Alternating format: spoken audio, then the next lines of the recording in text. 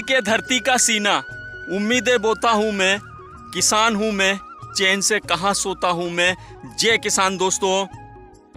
120 दिन तक इस मिट्टी को किसान अपना पसीना सींच कर फसल तैयार करता है, जब जाके हिंदुस्तान के घरों में रोटियां पहुंचती है। जी हाँ दोस्तों, आज हम बात करेंगे गेहूं की खेती की। तो आज का जो हमारा वीडियो है गेहूं की खेती पर है, ए से लेकर जेड तक संपूर्ण जानकारी आपको एक ही वीडियो में मिलेगी। जुताई से लगाकर इसकी कटाई तक पूरी जानकारियाँ, टॉप वैरायटियाँ, खाद प्रबंधन, जुताई, सारी वैरायटियाँ आपको इस एक ही वीडियो में मिलेगी। इससे पहले दोस्तों वीडियो शुरू करें, मैं किसान के समर्थन में, और अगर आपको भी मेरी बात, अगर हालांकि ये मेरा नहीं है, किसी का है, कहीं सुना था, पढ़ा है बहुत, सुना क्या है, बहुत पढ़ा है, बहुत सुना है। तो किसान के समर्थन में 2 लाइनें कहना चाहूँगा। अगर अच्छी लगे तो लाइक मार देना उसी समय दोस्तों।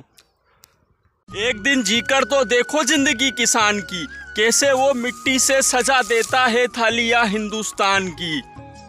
दोस्तों वीडियो की शुरुआत, गेहूं की खेती सभी करते हैं, सभी को नॉलेज है, लेकिन फिर भी हो सकता है कि कहीं ना कहीं थोड़ा बहुत ये वीडियो आपके काम आ जाए, या जिन किसानों की बहुत डिमांड थी, लगातार मैसेज आ रहे थे कि गेहूं की खेती के ऊपर वीडियो बनाए जाए, तो आज से करते हैं अपन गेहूं की खेती की वीडियो की शुरुआत। तो हम इसे स्टेप बाय स्टेप समझेंगे। तो करते हैं शुरुआत। तो सबसे पहले आप 2 जुताई करवा लीजिए खेत की। ये देखिए, इस खेत में गेहूं की तैयारियां चल रही है। इसमें एक जुताई हो चुकी है, एक जुताई कल होगी। तो आप सबसे पहले 2 जुताई कर लीजिए। 2 जुताई करवा कर आप किस विधि से बोते हैं, छिटक विधि से बोते हैं, किस विधि से बोते हैं, जो गेहूं बोएंगे वो पानी देकर पहले पानी देंगे। इसको मतलब रेलेंगे, इधर मालवा की भाषा में कहते हैं कि पहले रेलेंगे। रेलने से होता क्या है दोस्तों कि जितना खरपतवार है वो उग जाता है, और उसके बाद जब शिड्यूल से बुआई करेंगे तो गेहूं गहराई में गिरेगा, तो वो बहुत अच्छा निकलता है और बहुत अच्छे फुटाव आते हैं, और पानी की भी हमें बचत होती है, क्योंकि इतनी गहराई में गेहूं गिरता है, फिर उसके नीचे उसकी जड़ें जाती है, तो आखिर में जो पानी की समस्याएं जाती है। और इस साल मालवा क्षेत्र में और राजस्थान के बहुत सारे क्षेत्रों में और बहुत सारे अधिकतर जगहों पर इस साल पानी की समस्या रहेगी। तो कहीं ना कहीं आखिर के पानियों में समस्या जाएगी, तो रेलने से यहाँ हमें पानी की बचत हो जाएगी। तो पहले आप 2 जुताई करवा लीजिए, और उसके बाद अगर आप छिटक विधि से बोते हैं तो उसके बाद फिर आप चाहो तो रोटावेटर फिरवा लीजिए, मतलब गेहूं फेंक कर रोटावेटर फिरवा लीजिए, या फिर जिस विधि से हमारे यहाँ पर बोया जाता है उससे रोटावेटर की ज़रूरत नहीं लगती। पहले हम नेला लगाते हैं जिसमें 9 फांसें होती है, उसके बाद दूसरी जुताई में हम 7-5 वाला सत्ता लगाते हैं, और उसके बाद फिर सत्ते में जो पीछे क्यारियाँ बनाते हैं, तो उससे मिट्टी इतनी मुलायम हो जाती है कि हमें रोटावेटर की ज़रूरत ही नहीं लगती। जब क्यारियाँ बनाते हैं उस समय गेहूं और खाद फेंक देते हैं, और उसके बाद क्यारियाँ बना देते हैं, और फिर उस पर ऊपर से पानी देते हैं। और अगर आप रेल कर बोते हैं तो 2 जुताई करके इसको रेल दीजिए, फिर 6 दिन बाद आप शिड्यूल से बुआई करवा दीजिए, और उसी दिन क्यारियाँ बनवा लीजिए आप। तो ये तो हो गया हमारा बुआई का माध्यम।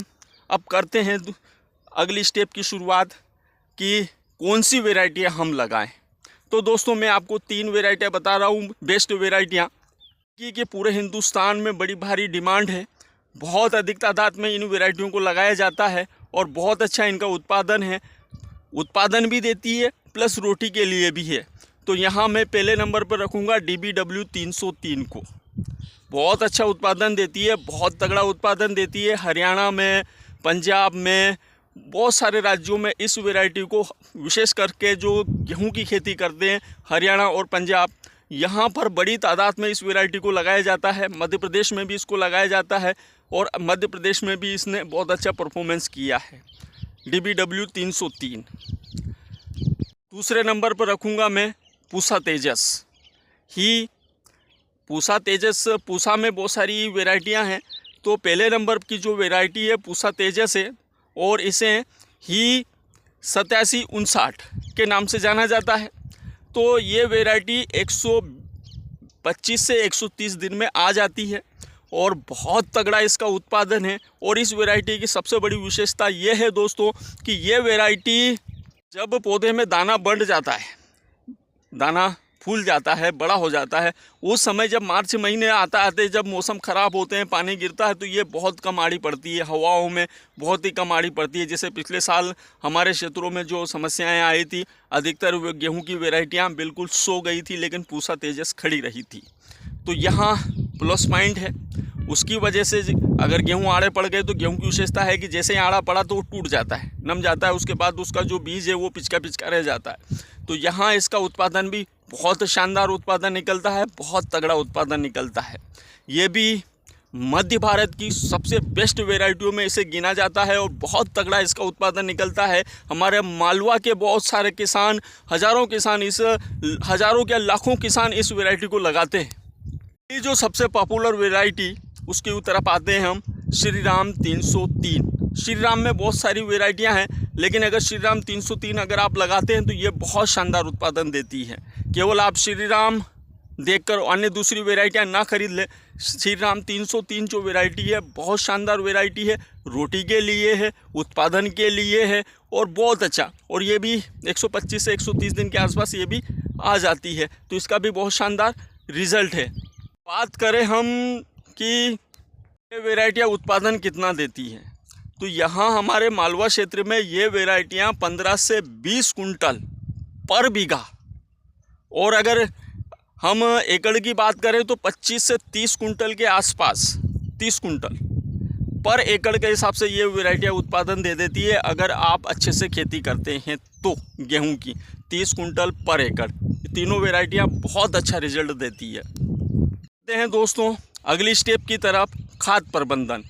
तो हम बीघा का 1 बोरी SSP और 20 किलो DAP और हर 30 साल, मतलब हर तीसरे साल हम 1 बीघे में 5 किलो जिंक, अगर आपने पिछले साल जिंक डाल दिया था तो ज़रूरत नहीं है, और अगर आपने बहुत सारे सालों से जिंक नहीं डाला है तो बीघा का 5 किलो आप इसमें जिंक डाल लीजिए।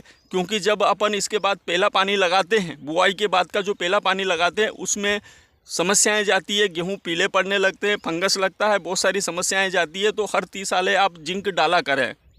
तो जिंक डाल सकते हैं, जिंक सल्फेट 5 किलो पर एकड़ के हिसाब से।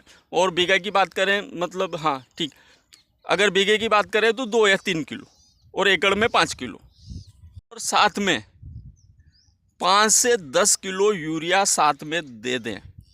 क्या है कि अधिकतर जो किसान है, 80% किसान शुरुआती दौर में बुआई के समय यूरिया नहीं देते, तो यहाँ थोड़ी सी हम गलती कर जाते हैं। क्योंकि हमारे खेतों की हालतें ऐसी हैं कि अभी सही से इसमें धूप लगी नहीं है और हम बुआई कर देते हैं, जिसकी वजह से होता क्या है कि शुरुआती दौर में पौधे को नाइट्रोजन नहीं मिल पाता है। उसकी वजह से पौधा कहीं ना कहीं कमज़ोर, शुरुआत से ही कमज़ोर हो जाता है। जो बच्चा शुरुआत से कमज़ोर रह जाता है वो जवान होते होते उसको बहुत प्रॉब्लम आती है, उसका शरीर सही से नहीं बन पाता। उसी प्रकार से फसल का है कि अगर उसको शुरुआती दौर में अगर वो पौधा कमज़ोर रह गया तो वो सही से परफॉर्मेंस नहीं कर पाएगा।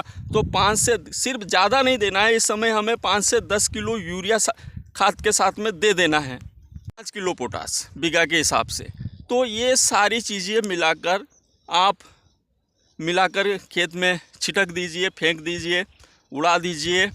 और यकीन मानिए दोस्तों, अगर ये चीज़ें आपने दे दी, SSP, DAP, जिंक, यूरिया और पोटास, ये सारी चीज़ें अगर आपने पहले शुरुआती दौर में दे दी तो आपको बहुत तगड़ा रिजल्ट मिलेगा। कहते हैं कि बुआई हो गई, उसके बाद जब हम सिंचाइयाँ करते हैं तो सिंचाइयों के साथ में हमें कौन सा खाद देना है।